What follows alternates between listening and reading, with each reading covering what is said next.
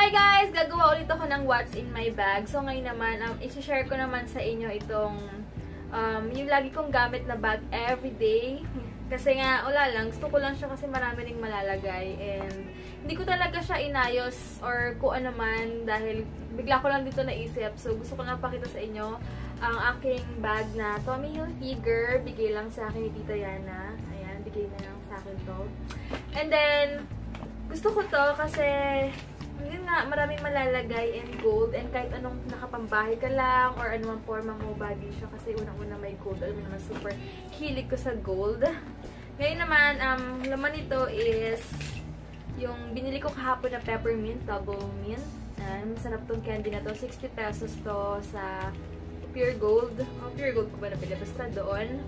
And then, meron akong eyewear na lagi kong dala rin sa bag ko, pero kawawa naman kasi may mga gas-gas-gas na siya, pero hindi naman halata. And sobrang okay to kasi meron tong for astigmatism.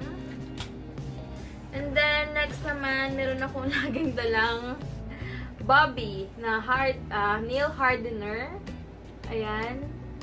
Maganda siya. 44 pesos lang, guys. Ayan. Nasabi ko na yung price kasi may price naman. So, kung gusto nyo, bago kayo mag-nail polish, ito muna kasi maganda sa nails. Effective naman siya. Except sa nails ko dito dahil lagi nga ako nasa steam and sauna. Kaya, ganun siya. And then, next naman, syempre, ito, lagi kong maubos na pala itong cucumber melon ko na everyday ko itong ginagamit and after workout. Kaya, madali siyang maubos. Nabili ko lang to, wala pang less than 100 kasi nag 50 off siya. So, nung hinayang ako sana pala, dalawa binili ko pero mabango siya. Maganda siya. And then next, syempre nilagay ko na yung fan ko. Lagi ko tong bit-bit dahil kailangan ko to. And then next naman, yung extra phone ko para sa Sun Cellular. Ako na pangdala. Ito, extra phone. Yan. And then next naman, itong Evian. Nabigay sa akin ni Bestie na ito rin ginagamit ko kapag wala akong makeup or may makeup na medyo haggard look na. Ito, lifesaver din. And then, syempre, yung wallet ko. Ayan. And then, yung notebook ko for business and kasama na rin tong ballpen na bigay ni ate mo. Super ganda kasi feeling ko ang ganda ng sulat ko kahit hindi naman pag ito yung gamit ko. And, syempre, itong notebook ko lagi and may ID pa. Ewan ko kinong ID yan. Voters ID ni Heinz na pasama lang kahapon. Ibabalik ko to sa kotse. Yan, ito yung mga laman. Tsaka ano pa ba? Tinanggal ko na rin yung mga ibang lipstick kasi alam niyo ba, meron akong, ewan ko, may mga 4 akong lipstick kanina. Kasi naggawa ako ng ng mga favorites. So, yun ang mga tinanggal ko dito. 3 or 4 na lipstick meron ako sa bag. Imagine niyo.